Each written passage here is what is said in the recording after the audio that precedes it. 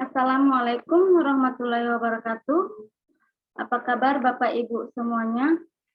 Mudah-mudahan dalam keadaan sehat walafiat dan dalam lindungan Allah Subhanahu wa taala. Baiklah, perkenalkan nama saya Mastika Samosir. Di sini saya akan memberikan pelajaran tentang stunting. Tujuan pembelajaran kali ini yaitu agar mengetahui apa itu pengertian stunting, penyebab stunting, dan cara pencegahan stunting.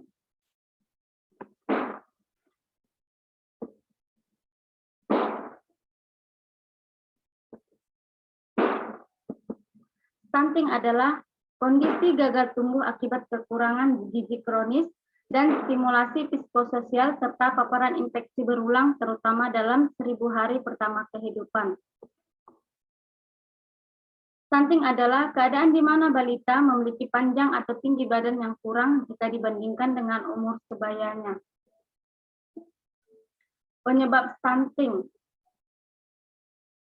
Stunting menjadi masalah gagal tumbuh yang dialami oleh bayi di bawah 5 tahun yang mengalami gizi kurang semenjak dalam kandungan hingga awal bayi lahir. Stunting sendiri akan mulai nampak ketika bayi berusia 2 tahun.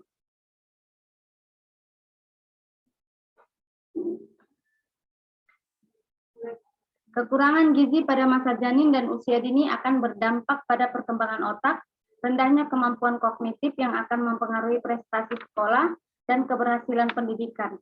Dalam jangka panjang, kekurangan gizi pada awal kehidupan akan menurunkan produktivitas dan kemudian menghambat pertumbuhan ekonomi, meningkatkan kemiskinan dan kesenjangan di masyarakat.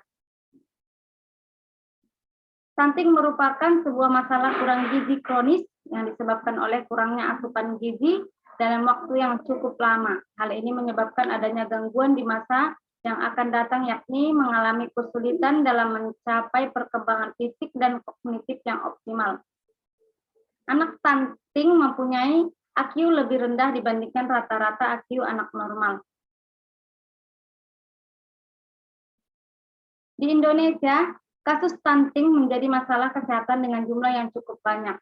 Hal ini disebabkan oleh kekurangan gizi kronis dengan manifestasi kegagalan pertumbuhan yang dimulai sejak masa kehamilan hingga anak berusia 2 tahun.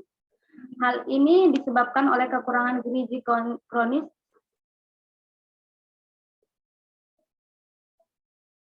dengan manifestasi kegagalan pertumbuhan yang dimulai sejak masa kehamilan hingga anak berusia 2 tahun. Faktor penyebab stunting. Stunting disebabkan oleh faktor multidimensi. Intervensi paling menentukan pada 1000 hari pertama kehidupan. Faktor penyebab stunting: 1, praktek pengasuhan yang tidak baik. Yang kedua, kurangnya akses ke makanan yang bergizi. Yang ketiga, kurangnya akses ke air bersih dan sanitasi bersih. Yang keempat, terbatasnya layanan kesehatan termasuk layanan kesehatan ANC, postnatal, dan pembelajaran dini yang berkualitas. Bagaimana proses terjadinya stunting? Kondisi anak Indonesia pada umumnya baik pada saat lahir, akan tetapi terjadi gagal tumbuh setelah memasuki usia 2-3 bulan. Stunting mulai terjadi dari prakonsepsi, yaitu ketika seorang remaja menjadi ibu yang kurang gizi dan anemia. Menjadi parah ketika hamil dengan asupan gizi yang tidak mencukupi kebutuhan. Kemudian ibu hidup di lingkungan dengan sanitasi kurang memadai.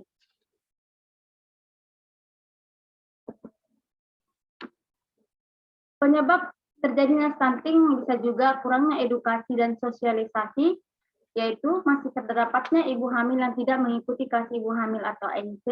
Yang kedua, masih terdapat ibu yang tidak mengikuti posyandu. Yang ketiga, masih terdapat ibu yang tidak memberikan ASI eksklusif.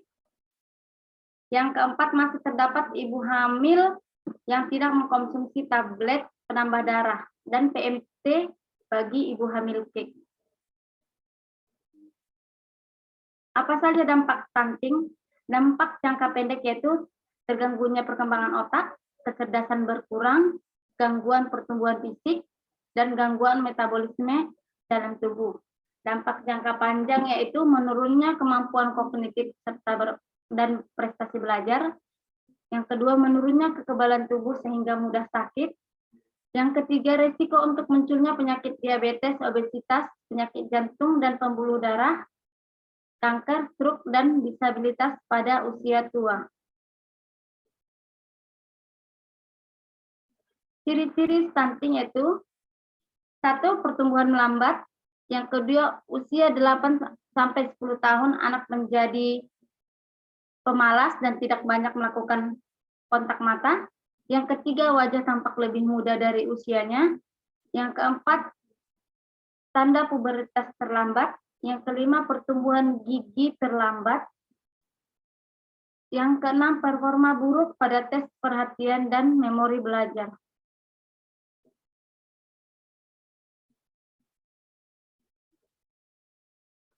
Cara pencegahan stunting. Cara pencegahan stunting yaitu: 1. Pemenuhan kebutuhan gizi bagi ibu hamil. Yang kedua, pemberian ASI eksklusif sampai umur 6 bulan dan setelah 6 bulan diberi makanan pendamping ASI atau MPASI yang cukup jumlah dan kualitasnya. Yang ketiga, memantau pertumbuhan balita di posyandu setiap bulannya. Cara mencegah stunting bisa juga di 1000 hari pertama kehidupan, yaitu periode emas. 1000 hari pertama kehidupan adalah masa sejak anak dalam kandungan sampai anak berusia 2 tahun. 4. Asupan kunci di periode emas anak, yaitu anak usia 0-12 bulan masuk dalam periode emas atau masa ketika otak anak sedang mengalami perkembangan yang pesat.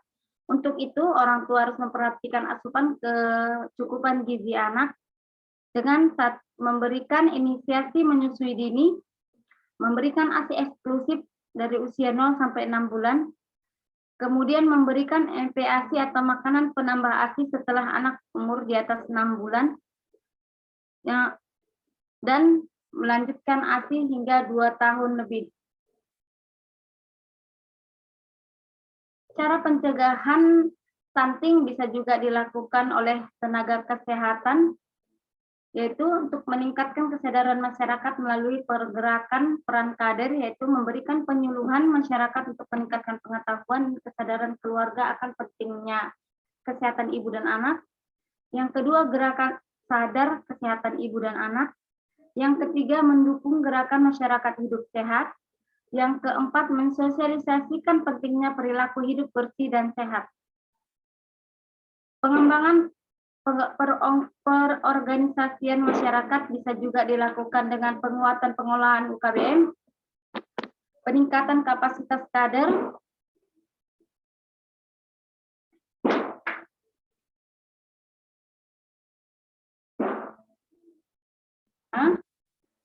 sekian pembelajaran hari ini.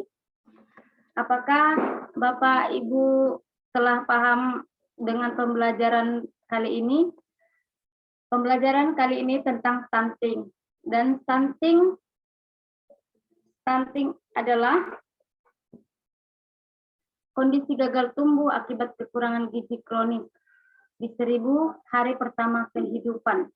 Cara pencegahannya bisa juga kita melakukannya dengan memotivasi para ibu hamil untuk melakukan cek kesehatan atau ANC di pelayanan kesehatan terdekat, dan pada ibu yang melahirkan untuk memberikan ASI eksklusif pada bayi 0-6 bulan dan memberikan MPASI kepada bayi 6-2 tahun dengan dilanjutkan ASI.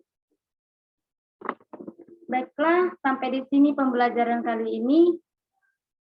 Saya sudahi dengan wabillahi taufik wal hidayah. Wassalamualaikum warahmatullahi wabarakatuh.